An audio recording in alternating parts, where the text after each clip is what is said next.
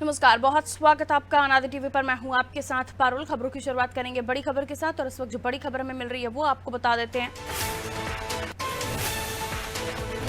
भोपाल से खबर, जहां सीएम शिवराज आज चर्चा करेंगे। तमाम कार्यक्रम हैं उनके, आज मुख्यमंत्री चर्चा करेंगे। स्वच्छता सर्वेक्षण 2023 पर चर्चा करेंगे।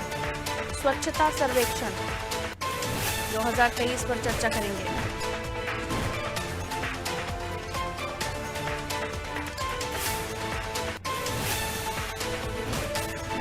आज चर्चा करेंगे सीएम शिवराज स्वच्छता सर्वेक्षण को लेकर। स्वच्छता सर्वेक्षण 2023 पर चर्चा करेंगे।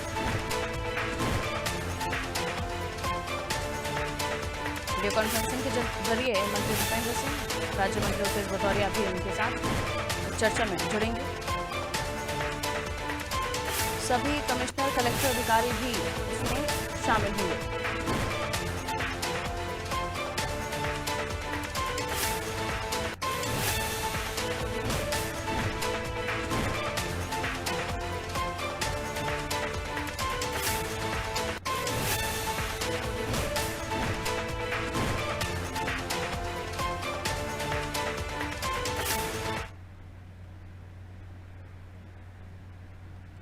तो आज मुख्यमंत्री स्वच्छता सर्वेक्षण को लेकर चर्चा करने वाले हैं। देखिए, लगातार स्वच्छता सर्वेक्षण की जब भी रैंकिंग होती है, इंदौर अव्वल दर्जे पर आता है।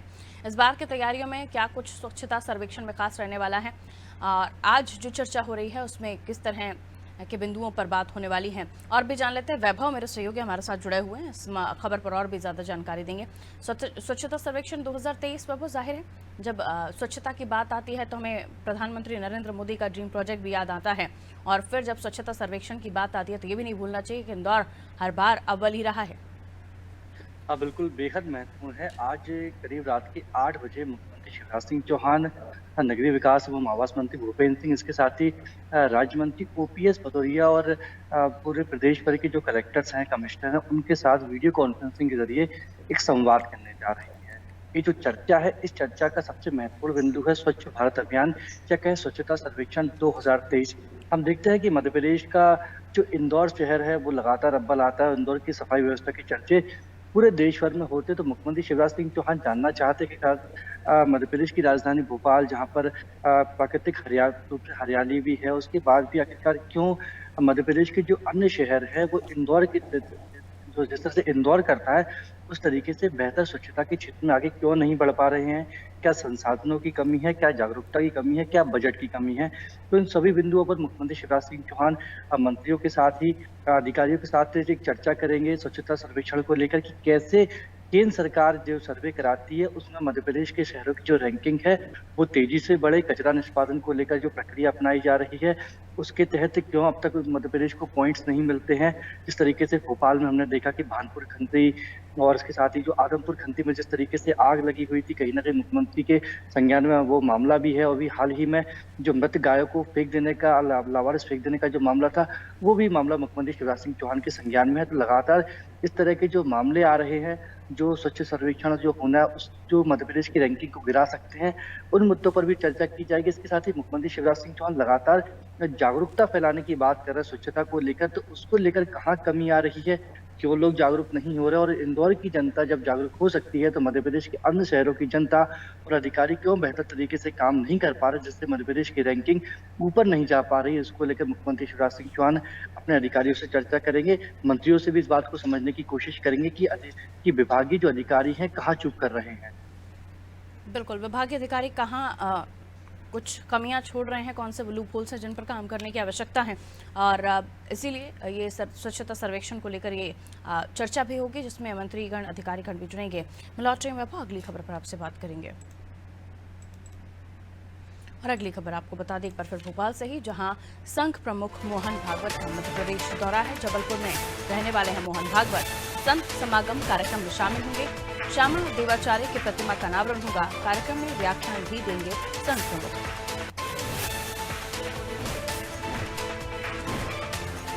और आइए कार्यक्रम को जान लेते हैं। वैभव हमारे साथ जुड़े हुए हैं। क्या कुछ ये कार्यक्रम रहने वाला है संघ प्रमुख का, जानकारी दे रहे हैं वैभव। वैभव बताइए। बिल्कुल, ये चुनावी वर्ष है और चुनावी वर्ष में जिस तरह से हम संघ की एक्टिविटीज़ को देख रहे हैं, वो तेज़ी से बढ़ती जा रही है। सरसंघचालक इससे पहले भी वो सतना भी गए थे, मध्य प्रदेश की राजधानी भोपाल भी आए थे। तो एक सिंधु समागम का आयोजन किया गया था, वहाँ उन्होंने सिंधु जो सिंधी समाज है, उसको लेकर भी तमाम तरह की बातें की और एक तरीके से कहे कि संघ का एजेंडा स्पष्ट कर दिया था कि किस तरीके से जो सिंध प्रांत है वो पहले भारत में ही होता था, फिर किस तरीके से जो आतताई आया उसके चलते जो सिंधी समाज है उसको मतलब क्या है कि हम भारत आना पड़ा। तो लगातार चूंकि संघ की एक्टिविटीज बढ़ रही हैं, संघ भी कई इस तरह के सर्वे करा रहा है और सरसंघचालक मोहन भागवत खुद ही लगातार संवाद कर रहे हैं, चर्चाएं कर रही हैं, बैठकें कर रहे हैं। तो इन्हीं के जो दौरे हैं उसी क्रम में आज वो जौलपुर पहुंचने वाले हैं। जौलपुर में देवाचार्य की प्रतिमा का अनावरण भी किया जाएगा। इसके साथ ही संघ प्रमुख मोहन भागवत एक व्याख्यान भी देने वाले हैं। इसमें वो संघ के एजेंडे पर चर्चा करेंगे, संघ किस तरीके से काम करता है और संघ किस तरीके से भविष्य में काम करेगा। क्योंकि चुनावी वर्ष है, संघ चुनाव को लेकर अपनी परिस्थिति स्पष्ट कभी नहीं करता है। संघ कभी नहीं कहता कि हम चुनाव लड़ते हैं। संघ केवल एक विचारधारा है, उस विचारधारा से प्रेरित होकर युवाओं को उस विचारधारा से प्रेरित कराकर संघ से जोड़ने की जो भावना है उसको लेकर ही सर संघ चालक मोहन भागवत आज व्याख्यान भी देंगे, एक अनावरण कार्यक्रम में भी शामिल होंगे और संघ की जो विचारधारा है उससे युवा कैसे प्रेरित हो सकते हैं इसके बारे में भी युवाओं से चर्चा करेंगे। बिल्कुल, तो अब मध्य प्रदेश पर ख़ास तौर पर फोकस है और मध्य प्रदेश पर अगर 1.5 महीने का समय आप हटा दीजिए तो लगातार मुख्यमंत्री शिवराज ही कमान संभाले हुए हैं और ये चौथी बार है जब लगातार हम देख रहे हैं कि मुख्यमंत्री मध्य प्रदेश को संभाल रहे हैं। लेकिन ऐसे में आने वाला समय भी जाहिर है कि संघ बिल्कुल नहीं चाहेगा कि मध्य प्रदेश उनसे छूटे और इसलिए मध्य प्रदेश में पूरी तरह से संघ का भी फोकस है। मैं लौट रही हूँ, अब आपके पास अगली खबर पर आपसे बात कर लेते हैं। और चलिए सबसे पहले बता दें आपको अगली खबर क्या है। तो भोपाल से ही खबर, जहां दिग्विजय सिंह के बाद कमलनाथ का चुनावी दौरा, आज देवास जाएंगे पीसीसी चीफ कमलनाथ। पार्टी कार्यकर्ताओं के साथ बैठकें करेंगे, मंडल सेक्टर के काम की भी समीक्षा होगी। पार्टी के नाराज कार्यकर्ताओं से संवाद होगा। कमलनाथ जनसभा को भी संबोधित करने वाले हैं।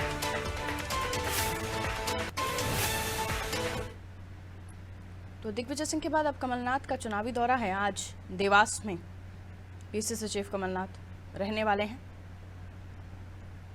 वैभव जुड़े हुए हैं। वैभव, आज पीसीसी चीफ का दौरा है देवास में और देवास में उनका संबोधन भी होगा। क्या कुछ आज का कार्यक्रम उनका रहने वाला है? बिल्कुल, अब लग रहा है कांग्रेस चुनावी मूड में पूरी तरीके से एक्टिव हो गई है।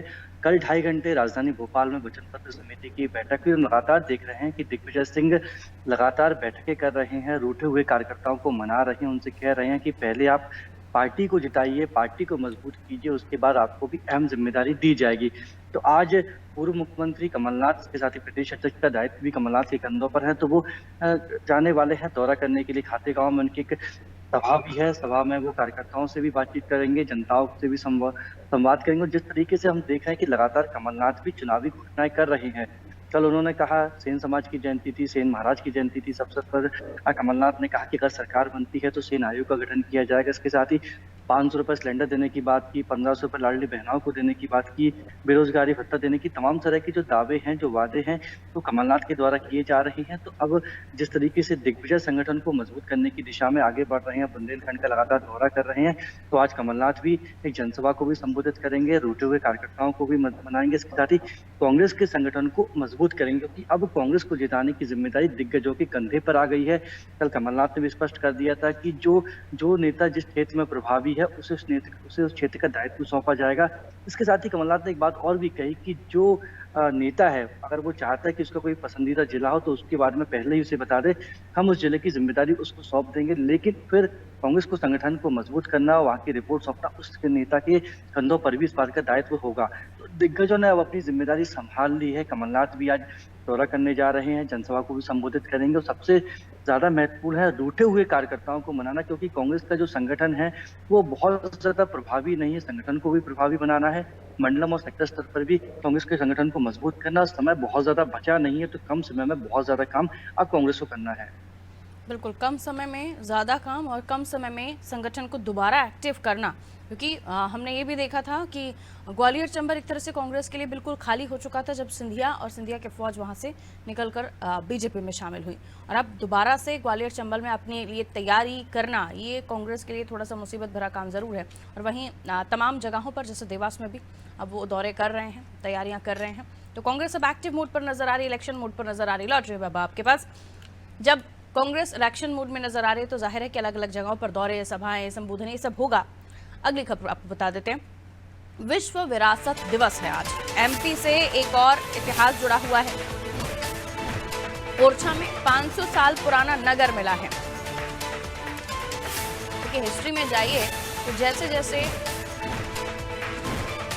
खुदाई होती है, जैसे जैसे चीजें निकलकर सामने आती हैं, आपको इतिहास के बारे में और भी ज्यादा पता चलता रहता है। तो 15 एकड़ में ये संरचनाएं छोटे नगर जैसे दिखाई दे रही हैं जो मिली हैं।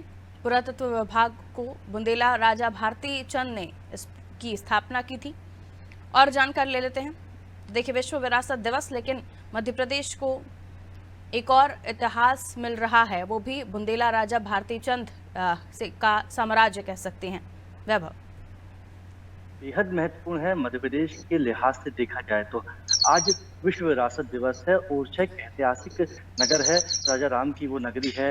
वहां पर दर्शनों करने के लिए बड़ी संख्या में श्रद्धालु पहुंचते हैं। विश्व का प्रसिद्ध चतुर्भुज मंदिर भी ओरछा में है। तो ओरछा में ही अब एक और नई चीज पता चली है, वहां पर जो खुदाई की जा रही थी तो एक ऐतिहासिक नगर के बारे में जानकारी प्राप्त की है, जानकारी मिली है, जो कि बेतवा नदी ओरछा से ही बहती है। उसके उत्तरी छोर पर एक कचरे का ढेर था। कचरे का ढेर पर जब वैज्ञानिक तरीके से खुदाई की गई तो वहां करीबन 500 साल पुरानी संरचनाएं मिली है।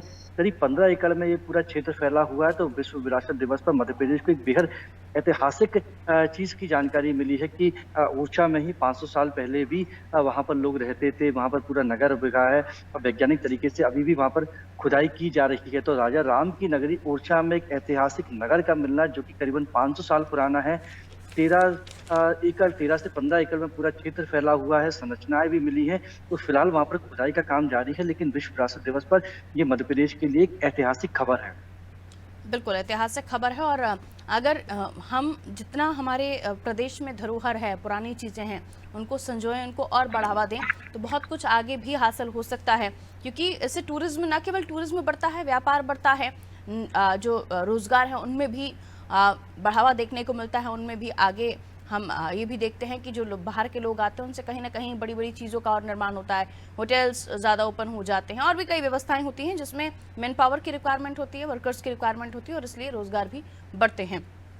लेकिन अब जब ये ओरछा में 500 साल पुराना ये नगर मिला है, जाहिर सी बात है अब इन्हें किताबों में भी लोग पढ़ ही रहे होंगे, लेकिन इसे पढ़ने के बाद देखना नहीं मुनासिब होगा, क्योंकि तब तक ये सामने नहीं था। लेकिन अब जब सामने आया है तो लोगों को भी दिलचस्पी इसमें होगी और आगे भी हम ये देखेंगे कि ओरछा को राजा राम की नगरी के तौर पर तो जाना जाता ही है, लेकिन उसके अलावा इसे भी अब देखने के लिए लोगों का उत्साह देखने बनेगा अगर इसे संवारा जाता है तो। बरा लौट रही हूँ आपके पास, अगली खबर पर बात करते हैं। भोपाल से ही खबर, चुनावी साल में एक्शन मोड में अब बीजेपी भी नजर आ रही है। बीजेपी कोर कमेटी की बैठकें शुरू हो गई हैं। आज बैठक होगी। सीएम शिवराज, वीडी शर्मा मौजूद रहने वाले हैं, हितानंद शर्मा भी मौजूद रहेंगे और भी कई पदाधिकारी मौजूद रहने वाले हैं। चुनाव को लेकर बैठक में क्या कुछ रणनीति बनेगी, इस पर हमारी भी नजर है। जो कमजोर सीटें हैं उन पर मंथन होगा। बीजेपी कार्यालय में कोर कमेटी की बैठक होगी। वैभव जुड़े हुए हैं। कोर कमेटी की बैठक होने वाली है बीजेपी कार्यालय में, जिसमें एक्शन मोड में अब बीजेपी इसलिए भी नजर आ रही है क्योंकि हालांकि उनकी इस तरह की मीटिंग्स होना, इस तरह से लोगों का आपस में बातचीत करना, जो खासतौर पर पद पर बैठे हुए हैं, और चुनावी समय से पहले इन मीटिंग्स का होना, ये ज़्यादा महत्वपूर्ण हो जाता है। क्योंकि हर बार हम देखते हैं कि ऐसी मीटिंग्स के बाद ही पता चलता है कि बीजेपी की स्ट्रैटेजी क्या है। बिल्कुल, अब ये जो बैठकें हैं इनका सिलसिला लगातार बढ़ता जाएगा, क्योंकि जिस तरीके से हमने देखा था कि प्रदेश अध्यक्ष जेपी नड्डा अब से कुछ दिन पहले मध्य प्रदेश की राजधानी भोपाल आए थे। यहाँ उन्होंने नए भाजपा कार्यालय का जो उद्घाटन हो किया था, इसके साथ ही संवाद भी किया था, एक कार्यकर्ता सम्मेलन को भी संबोधित किया था, तब एक खबर निकल कर आई थी। तब जेपी नड्डा ने चूँकि शाम को 7 बजे के वक़्त भाजपा कार्यालय में ही कोर कमेटी की बैठक की अध्यक्षता भी की थी और उसमें चुनावी मंत्र भी दिया था। तब जेपी नड्डा ने कहा था कि समय-समय पर कोर कमेटी की बैठक होती रहना चाहिए और अगर कोर कमेटी की बैठक एक निर्धारित समय पर नहीं हो रही है, तो कहीं न कहीं ये चूक है। तो अब कोर कमेटी की बैठक भी बहुत ज़्यादा डिले नहीं होगी, नियमित अंतराल पर कोर कमेटी की बैठक होती रहेगी, 15 से 30 दिन के भीतर हर महीने में ये बैठक होगी और जहाँ पर चुनावी तैयारियों के साथ ही अगर रूठा हुआ कोई कार्यकर्ता है, रूठा हुआ संगठन को लेकर कोई नेगेटिव फीडबैक आ रहा है, तो उस पर भी चर्चा की जाएगी। चूँकि अब समय कम है, केवल 7 से 8 महीने का वक़्त बचा है जब मध्य प्रदेश में विधानसभा के चुनाव होने हैं। संघ की रिपोर्ट भी आ रही है, केंद्र की जो भाजपा सरकार है वो भी मध्य प्रदेश में सर्वे कराती है, राज्य सरकार भी सर्वे कराती है और संगठन की ओर से भी सर्वे कराए जाते हैं। सर्वे की जो रिपोर्ट है वो कोई बहुत ज़्यादा पॉजिटिव है नहीं।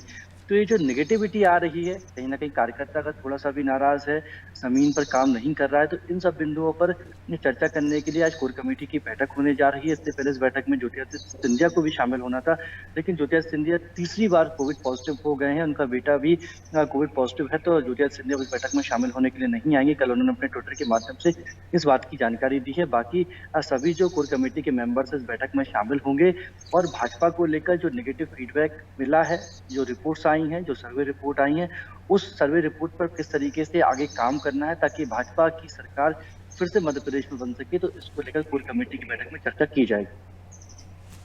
बिल्कुल, तो महत्वपूर्ण है कोर कमेटी की बैठक में क्या कुछ होता है और जैसे कि आपने भी बताया कि सिंधिया की मौजूदगी भी रहनी थी इस बैठक में, लेकिन तीसरी बार कोविड पॉजिटिव हुए हैं सिंधिया और कोविड के भी आंकड़े लगातार सामने आ रहे हैं। तो चुनावी साल है, चुनावी साल में राजनीतिक दल अपना काम कर रहे हैं, लेकिन जागरूकता के तौर पर हमें भी अपना काम करना होगा कि कोरोना भी है और उससे भी हमें बचकर चलना है। बहरहाल बीजेपी कोर कमेटी की बैठक जिसमें क्या कुछ निकलकर सामने आता है उस पर हमारी नजर होगी। जैसे ही अपडेट मिलेगा वह हम हमारे दर्शकों को अपडेट करेंगे। फिलहाल शुक्रिया जानकारी देने के लिए। तमाम खबरें मध्य प्रदेश की जिस पर लगातार वैभव हमें जानकारी दे रहे थे, सीटों को लेकर मंथन, और जेपी नड्डा साहब आए थे, उन्होंने कहा कि कोर कमेटी की बैठकें होती रहेंगी तो ज़्यादा बेहतर है, अगर नहीं हो रही हैं तो कुछ ना कुछ गड़बड़ है। इसलिए अब हम देख रहे हैं कि कोर कमेटी की बैठक के साथ साथ अब पार्टी के अंदर क्या कुछ और डिसीजंस लेने हैं या क्या कुछ चुनावी रणनीति है, इसको लेकर भी चर्चाएं होंगी। फिलहाल बुलेटिन में इतना ही, दीजिए इजाजत, नमस्कार।